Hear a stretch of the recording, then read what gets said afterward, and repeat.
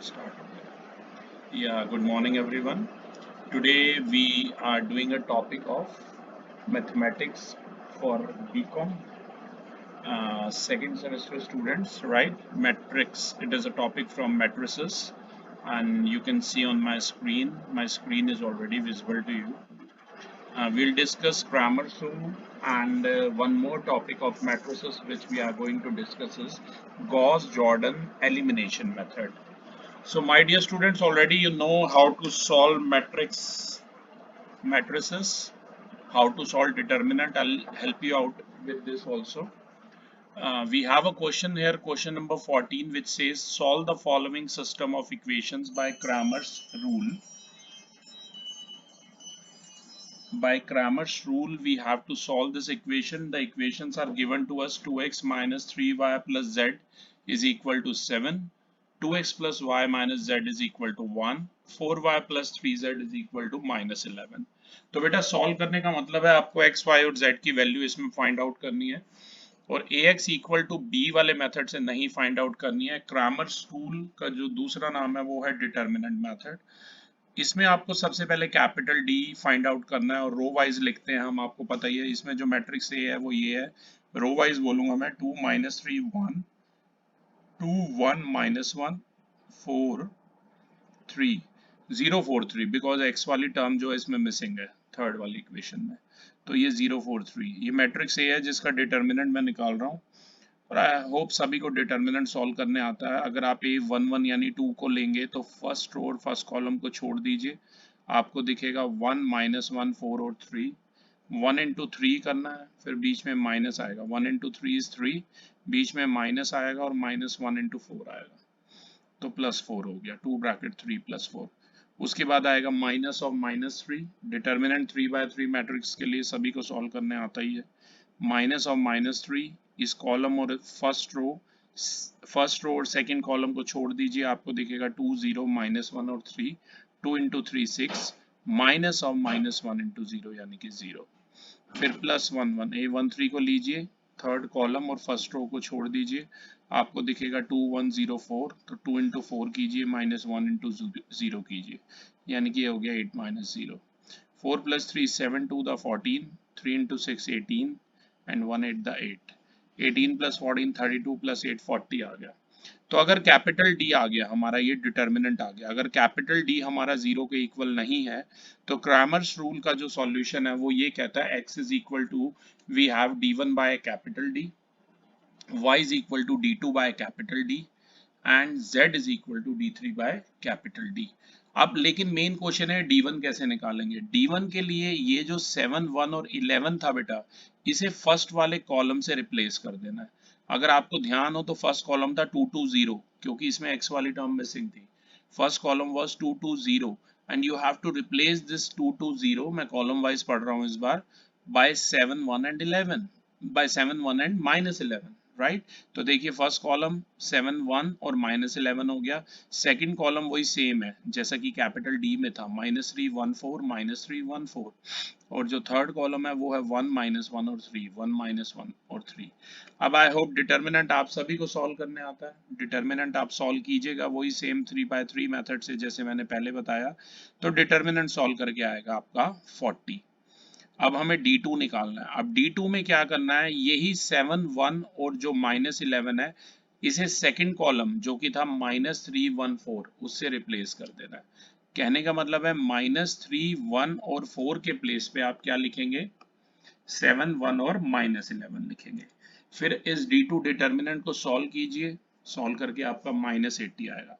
I hope सभी clear है कैसे 3/3 ऑर्डर के डिटर्मिनेंट को सॉल्व करना है. ओके सो D3 में सेम जो कॉलम नंबर 3 था हमारा उसे 7 1 और माइनस 11 से रिप्लेस कर दिया.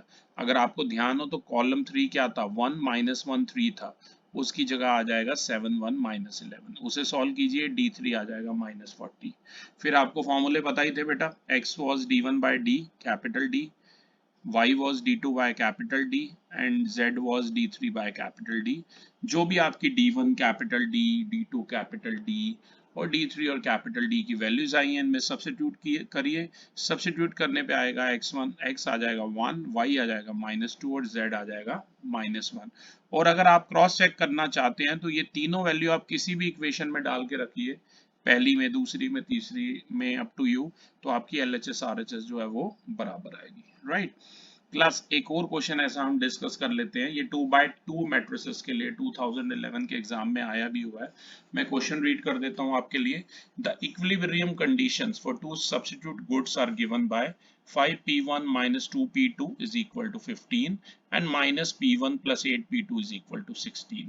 तो P1 यानी कि x के प्लेस पे और P2 यानी कि y के प्लेस पे है। ये 2x2 ऑर्डर की मैट्रिक्स बनेगी इससे। 5 -2 -1, ये -2 है और ये 8 और ये -1, राइट। मैं रो वाइज फिर से बता देता हूँ, 5 -2 -1 और 8। P1 P2 लिखेंगे, आप सभी को पता है इसे कैसे Ax इक्वल टू B की फॉर्म में लिखना है। फिर यहाँ पर ये 15 और 16 दिया हुआ है। कैपिटल D 2x2 मैट्रिसेस का निकालना बड़ा आसान होता है। ऐसे 5 इंटू में 8 करेंगे, फिर माइनस का साइन आएगा, देन -1 इंटू -2। ओके, 5 8 द 40 हुआ, माइनस का साइन बीच में, -1 into -2 is +2, so 40 - 2 we have 38। अब D1 निकालते हैं। D1 निकालने के लिए क्या करोगे, फर्स्ट वाला जो कॉलम है 5 और -1 उसे रिप्लेस कर दोगे, किससे, 15 और 16 से। ओके, तो ये हो जाएगा 15 इंटू, मतलब 15 16 आ जाएगा कॉलम 1 में, -2 8 एज इट इज रहेगा। इसे सॉल्व कीजिए, 2x2 ऑर्डर का डिटर्मिनेंट है, 15 इंटू 8 माइनस ब्रैकेट 16 इंटू -2। अगर सॉल्व करेंगे तो आएगा 152। ओके, सिमिलरली D2 निकालिए। 5 इंटू, मतलब आप क्या करना है, कॉलम 2 -2 8 को 15 16 से रिप्लेस किया है। अब इसे सॉल्व कीजिए, हो जाएगा 5 इंटू 16 माइनस ब्रैकेट 15 इंटू -1, ये 95 आ जाएगा। अब आपको P1 यानी कि जो x के प्लेस पे था उसकी वैल्यू निकालनी थी, वो है D1 by capital D। D1 था 152, capital D was 38, 38 for the 152, okay, and P2 was D2 by D, 95 by 38, ये लगभग 2.5 आएगा। तो दो इक्विलिब्रियम प्राइसेस हमें निकालने थे दो गुड्स के, वो आ गए हैं 4 और 2.5। आप चाहें तो ऐसे बहुत सारे क्वेश्चन प्रैक्टिस में, ये होमवर्क में आप कर सकते हैं, राइट। ये अगला तो सेम ही है, 2x2 ऑर्डर मैट्रिसेस का है।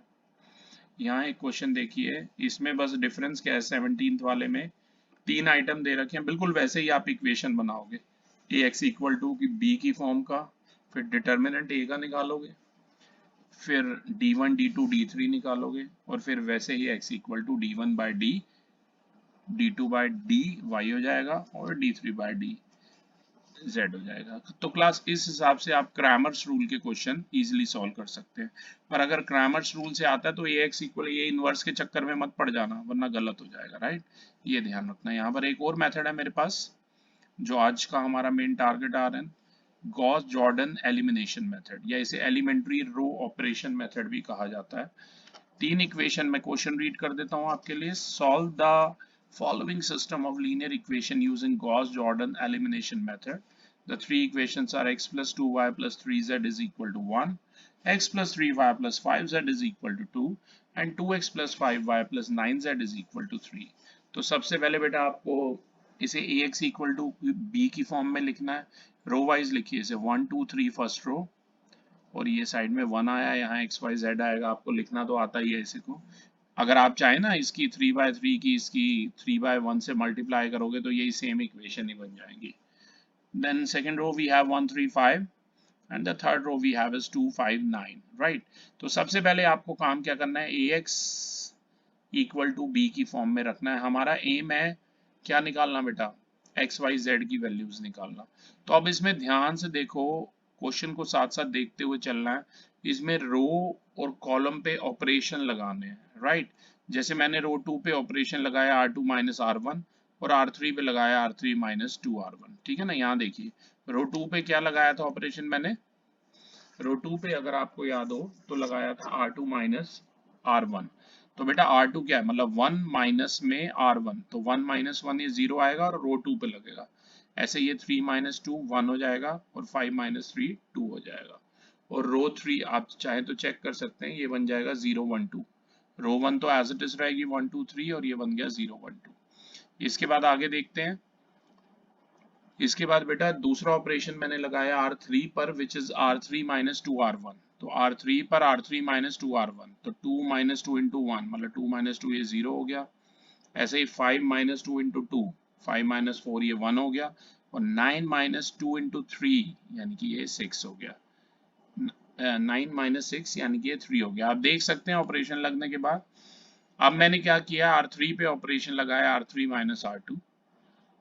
तो R3 माइनस R2 ये 1 माइनस 1 0 है, 0 माइनस 0 0 और 3 माइनस 2 1, ये सॉल्व हो गया। तो इक्वेशन हमारी रिड्यूस हो गई। x plus 2y plus 3z हमारा 1 आ गया, y प्लस 2z हमारा 1 आ गया और z 0 आ गया। तो यहाँ से z की वैल्यू आ गई, मेरा कहने का मतलब। अब ये z की वैल्यू इक्वेशन नंबर 2 में डालिए। y plus 2 into 0 is equal to 1 मतलब y 1 आ गया। और y और z, y1 और z0 अगर आप इक्वेशन नंबर 1 में डालेंगे तो x आपका -1 आ रहा है, राइट। तो x -1, y1, z0 are the solution. Thank you everyone.